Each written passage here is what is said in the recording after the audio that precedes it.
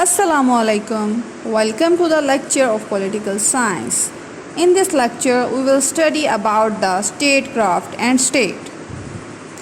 Statecraft is an approach to study political science and public administration. Through this approach, we understand politics and policy making in a polity by focusing on the governing challenges and strategic choices by the leadership at the top of the government. That means कि statecraft कहते किसे हैं, state के मामलात को कैसे चलाना है, इसके दरपेश मसाइल से कैसे निमटना है और जो गवर्नमेंट उस वक़्त कामकारी होती है वो इन प्रॉब्लम्स के सलूशन के लिए कौन सी स्ट्रेटजीज यूज़ करती है. So it helps us to understand politics, policy change and political leadership which focuses on the interest of political elites. तो ये तो था एक ओवरव्यू कि स्टेटक्राफ्ट कहते किसे हैं.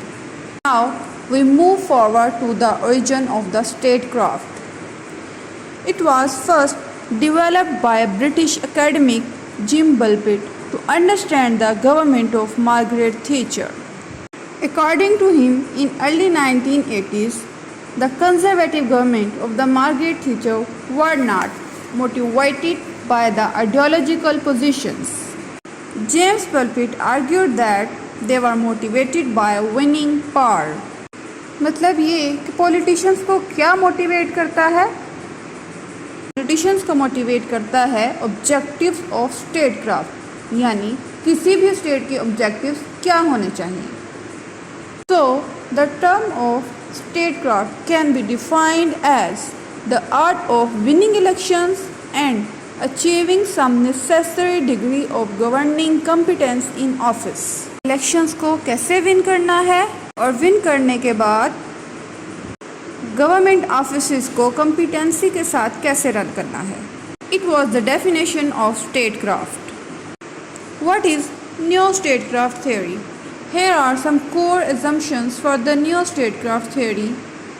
They assume that the primary focus is on the political leader of the state and as well as with its closest advisors. This group that consists on the leader and his advisor is called as leadership group. The court is a unitary, rational and self-interested actor of winning and maintaining power. The court that comprises of leader and his advisors seek to achieve statecraft rather than ideological goals. Now, here are 5 key tasks through which